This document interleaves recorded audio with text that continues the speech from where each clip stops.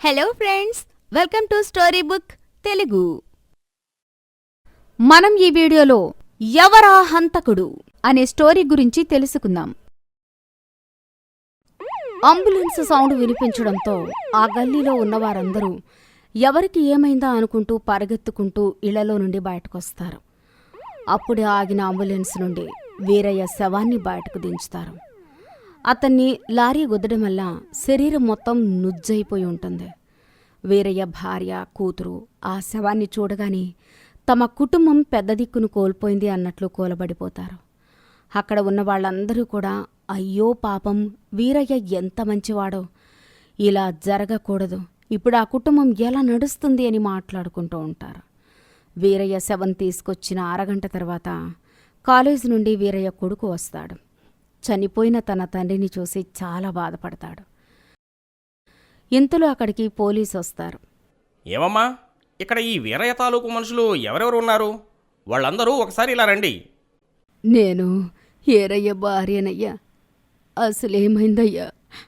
ఉదయం పోయేటప్పుడు బాగానే వెళ్ళాడు, ఇంతలోనే నా జీవితం ఇలా అయిపోయింది.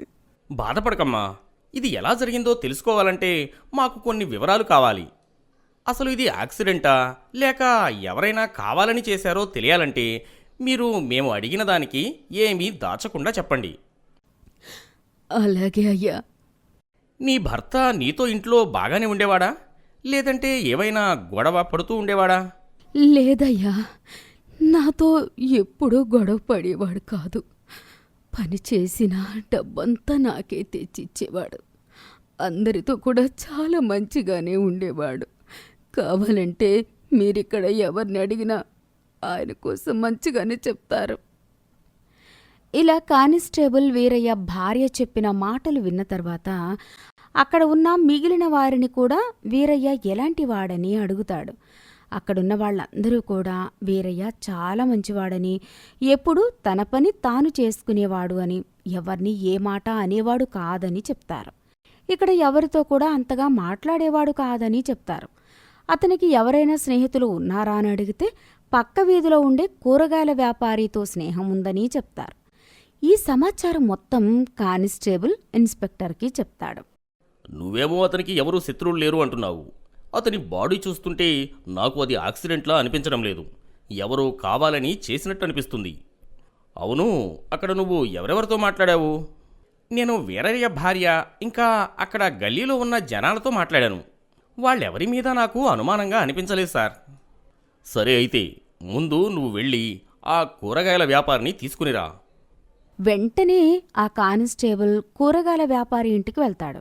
కానీ అతను వచ్చేసరికి మధ్యాహ్నం 2 అవుతుందని చెప్తుంది వాళ్ళ ఆవిడ. ఆ కూరగాయల వ్యాపారి ఇంటికి వచ్చేంతవరకు కానిస్టేబుల్ అక్కడే ఉండి అతడు రాగానే స్టేషన్కి తీసుకుని వెళ్తాడు. కూరగాయల వ్యాపారికి వీరయ్య చనిపోయిన విషయం తెలియదు. అందుకే అతడికి అసలు విషయం తెలియక చాలా కంగారు పడుతూ ఉంటాడు. నీకు పాల వ్యాపారి వీరయ్య తెలుసా? తెలుసు సార్, చాలా మంచి వ్యక్తి. రోజు మేమిద్దరము కలిసి వ్యాపారానికి వెళ్తాము. అయితే ఈరోజు మీ ఇద్దరూ కలిసి ఎందుకు వెళ్ళలేదు? అదేంటి సార్, ఉదయం మేము ఇద్దరం కలిసే కదా వెళ్ళాము. అతను నేను కలిసి ఉదయం 8 గంటలకల్లా బయలుదేరతాము. ఆయన తన పని చూసుకొని 10 గంటలకల్లా వచ్చేస్తాడు. నేను వచ్చేసరికి మధ్యాహ్నం 2 అవుతుంది. అయితే వీరయ్య చనిపోయిన విషయం నీకు తెలీదా? ఆ మాట వినగానే ఆ కూరగాయల వ్యాపారికి తను ఏం విన్నానో సరిగా అర్థమయ్యేసరికి ఒక 2 నిమిషాలు పడుతుంది. ఎందుకంటే ఉదయం తనతో వచ్చిన వ్యక్తి తను ఇంటికి వచ్చేసరికి చనిపోయాడని తెలిస్తే ఎవరికైనా అలానే అనిపిస్తుంది. కూరగాయల వ్యాపారితో మాట్లాడిన తర్వాత ఇన్స్పెక్టర్ వీరయ్య చావుకి కూరగాయల వ్యాపారికి ఎటువంటి సంబంధం లేదని, అతన్ని ఇంటి దగ్గర దించేయమని కానిస్టేబుల్తో చెప్తాడు. అలాగే వచ్చేటప్పుడు వీరయ్య కూతుర్ని కూడా తీసుకురమ్మని చెప్తాడు. కానిస్టేబుల్ కూరగాయల వ్యాపారిని దించేసి వీరయ్య కూతుర్ని తీసుకుని స్టేషన్కి వస్తాడు. చూడమ్మా, మీ నాన్నగారి కోసం నేను నిన్ను కొన్ని ప్రశ్నలు అడుగుతాను. నువ్వేమీ దాయకుండా, దేనికి కంగారు పడకుండా నాకు అన్నిటికీ సమాధానం చెప్పమ్మా. అప్పుడే నేను మీ కుటుంబానికి ఎటువంటి సాయమైనా చేయగలను. సరే సార్, మా నాన్న కోసం నాకు తెలిసినదంతా మీకు చెప్తాను. సరే, మీ నాన్నగారు ఇంట్లో ఎప్పుడైనా మీ అమ్మతో గొడవ పడడం కానీ, అలాగే బయట ఎవరితో అయినా శత్రుత్వం ఉన్నట్టు కానీ మీ ఇంట్లో వాళ్ళతో ఎప్పుడైనా చెప్పేవాడా? లేదు సార్, మా నాన్న బయట ఎవరితోనూ పెద్దగా మాట్లాడేవారు కాదు. ఇంకా బయట వాళ్ళతో శత్రుత్వం ఎలా ఉంటుంది? ఇంకా అమ్మా నాన్న అంటారా, ఎప్పుడూ చక్కగా కలిసిమెలిసి పని చేసుకునేవారు. అమ్మ ఎప్పుడూ నాన్నకు అన్ని పనుల్లోనూ సాయపడుతూ ఉండేది. సరే తల్లి, ఇంకో విషయం చెప్పు. నాన్న ఎప్పుడైనా నీ పట్ల తప్పుగా ప్రవర్తించేవాడా? లేదు సార్, నాన్నకు నేనన్నా అన్నయ్యన్నా చాలా ఇష్టం.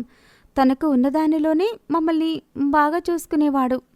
వీరయ్య కూతురు మాట్లాడిన పద్ధతిని బట్టి బుజ్జికి వీరయ్య చావుకి ఏమీ సంబంధం లేదు అనిపిస్తుంది ఇన్స్పెక్టర్కి. ఇక బుజ్జిని కూడా ఇంటి దగ్గర దింపేసి వీరయ్య కొడుకుని స్టేషన్కి తీసుకుని రమ్మని చెప్తాడు కానిస్టేబుల్. కానిస్టేబుల్ బుజ్జిని ఇంటి దగ్గర దింపేసి వీరయ్య కొడుకుని తీసుకుని స్టేషన్కి వస్తాడు. నువ్వు వీరయ్య కొడుకువా? నువ్విప్పుడు ఏమి చదువుకుంటున్నావు? అవును సార్, నేను వీరయ్య కొడుకునే. నేనిప్పుడు డిగ్రీ చదువుతున్నాను. సరే, ఇప్పుడు నిన్ను ఒకటి అడుగుతాను. ఏమీ దాచకుండా సమాధానం చెప్పు. మీ నాన్న మీ ఇంట్లో వాళ్లకు తెలియకుండా ఏమైనా చెడు అలవాట్లకు బానిసయ్యాడా? అలాగే బయట ఎవరితో అయినా గొడవలు పడ్డాడా? లేదు సార్, నాన్న చాలా మంచివాడు. అతనికి ఎటువంటి చెడు అలవాట్లు లేవు. అలాంటి మా నాన్న ఇదిగో ఇలా నేను కాలేజీకి వెళ్ళి వచ్చేసరికి ఇలా అయిపోయారు అంటూ ఏడుస్తూ కన్నీళ్లు పెట్టుకుంటాడు. నందన్ బాధ చూడలేక తనకి కూడా ఏమీ తెలీదు అనుకుని నందన్ని ఇంటికి వెళ్ళిపోమని చెప్తాడు ఇన్స్పెక్టర్. ఇన్స్పెక్టర్కి అసలు ఏమీ అర్థం కాదు. అసలు ఇది యాక్సిడెంటా లేదంటే మర్డరా? అసలు ఈ కేసు ఎలా సాల్వ్ చేయాలో తెలియక బుర్ర పగిలిపోతూ ఉంటుంది. టీ తాగుతూ వీరయ్య భార్య, కూరగాయల వ్యాపారి, వీరయ్య కూతురు, ఇంకా కొడుకు చెప్పిన మాటల్ని ఒకసారి గుర్తుకు చేసుకుంటూ ఉంటాడు. ఒక్కసారిగా బుర్రకు ఏదో తట్టినట్టుగా కానిస్టేబుల్ని పిలుస్తాడు. వెంటనే వీరయ్య కొడుకుని మళ్లీ స్టేషన్కి తీసుకుని రమ్మని చెప్తాడు. ఈలోగా ఇన్స్పెక్టర్ నందన్ చదువుతున్న కాలేజీకి వెళ్ళి అక్కడ ప్రిన్సిపల్తో మాట్లాడి స్టేషన్కి వచ్చేసరికి నందన్ స్టేషన్లో కూర్చొని ఉంటాడు. ఏంటి నందన్, ఇప్పుడే నేను మీ కాలేజీకి వెళ్ళి వస్తున్నా. మీ ప్రిన్సిపాల్ నీ కోసం చాలా గొప్పగా చెప్పాడు. మంచి స్టూడెంట్ అంట నువ్వు. అలాగే అందరితో కూడా చాలా కలివిడిగా ఉంటావంట. అలాంటిది మీ నాన్నని చంపాల్సిన అవసరం నీకు ఏమి వచ్చింది? మీరు మీరు ఏం మాట్లాడుతున్నారు సార్? మా నాన్నని నేనెందుకు చంపుకుంటాను? నిజానిజాలు తెలుసుకోకుండా ఏది పడితే అది మాట్లాడకండి. నేను మీ కాలేజీకి వెళ్ళొచ్చాను అని చెప్తున్నా కూడా మళ్ళీ నిజానిజాలు అంటావేంటి? మీకు ఫైనల్ ఎగ్జామ్స్ అయ్యి 2 వారాలయ్యింది. ఇప్పుడు కాలేజీకి సెలవులు. నేను కంప్యూటర్ క్లాస్కి వెళ్ళాను సార్. కాలేజీ కాదు, ఇందాక కంగారులో కాలేజీకి అని చెప్పేశాను. ఏంటి తమాషాగా ఉందా? ఇంకా ఏదో తెలియదు ఆవేశంలో చేసావేమో అని అనుకుంటుంటే నువ్వు దాయాలని చూస్తున్నావు. నేను ఆధారాలు లేకుండా మాట్లాడుతున్నా అనుకుంటున్నావా? అంటూ నందన్ ఫ్రెండ్ భాస్కర్ని కాలర్ పట్టుకుని లాక్కొని వస్తాడు ఇన్స్పెక్టర్. భాస్కర్ని చూడగానే విషయమంతా తెలిసిపోయిందని తెలుసుకున్న నందన్ ఇన్స్పెక్టర్కి నిజం చెప్పడం మొదలు పెడతాడు. వీరయ్య రోజు పక్క వీధిలో ఉన్న కూరగాయల వ్యాపారితో కలిసి వాళ్ళ పక్క ఊరికి వ్యాపారం కోసం వెళ్తూ ఉండేవాడు. ఉదయం 10 అయ్యేసరికి అందరికీ పాలు పోసేసి ఇంటికి వెళ్ళిపోతున్నా అని కూరగాయల వ్యాపారితో చెప్పి వచ్చేసి సారాయి దుకాణం దగ్గరికి బాగా తాగేసి దారిలో వస్తూ వస్తూ ఒక బస్తీ దగ్గర ఆడవాళ్లతో అసభ్యంగా ప్రవర్తించేవాడు. ఇదంతా చూసిన భాస్కర్ ఒకసారి వచ్చి నాతో చెప్పాడు. ముందు నేను నా కళ్ళతో చూసే వరకు నమ్మలేదు. ఇదంతా భాస్కర్ నాకు చూపించిన తర్వాతే అర్థమైంది. మా నాన్న పైకి కనిపించేంత మంచివాడు కాదని. వెంటనే నేను మా నాన్నతో, నాన్న, నేను నువ్వు చేసే పనులన్నీ చూస్తూనే ఉన్నాను. నీ వల్ల చాలామంది ఇబ్బంది పడుతున్నారు. వెంటనే ఇలాంటివన్నీ మానేస్తే మంచిది. ఏంట్రా నువ్వనేది? గేదెలను పెంచి పాలు పోయడం కూడా చెడ్డ పనేనా? నువ్వు తెలివిగా మాట్లాడుతున్నావు అనుకోకు నాన్న. నువ్వు చేసే ప్రతి పని నేను చూశాను. నువ్వు సారాయి దుకాణానికి వెళ్ళడం, అక్కడ ఆడవాళ్ళని ఇబ్బంది పెట్టడం అన్నీ చూశాను. నువ్వు ఇవన్నీ మానకపోతే ఈ విషయం అమ్మతో చెప్తాను. ఓహో, అయితే అంతా చూసావన్నమాట. సరే అయితే చెప్పుకో, నాకేం భయం లేదు.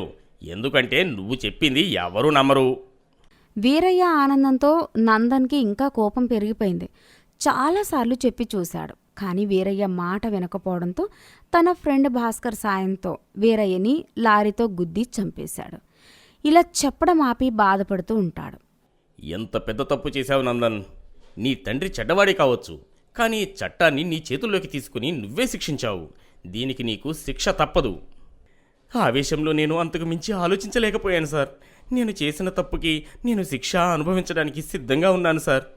సరే, నీ ప్రవర్తన కోసం ముందుగానే నేను మీ ప్రిన్సిపాల్తో మాట్లాడాను. నీ కోసం మొత్తం తెలుసుకున్నాను.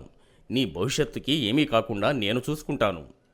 ఇలా ఇన్స్పెక్టర్ నందన్కి తక్కువ శిక్షతోనే బయటకు వచ్చేలా ఏర్పాట్లు చేశాడు. కుటుంబంలో ఒకరు చేస్తున్న తప్పుకి కుటుంబం మొత్తం శిక్ష అనుభవించవలసి వస్తుంది. తొందరపాటు నిర్ణయాలు జీవితాన్ని ఎంత చిన్నాభిన్నం చేస్తాయి అనేది ఈ రోజుల్లో మనం తరచూ చూస్తూనే ఉన్నాము. కథ చివరి వరకు చూశారు అంటే ఎంతో కొంత నచ్చే ఉంటుంది.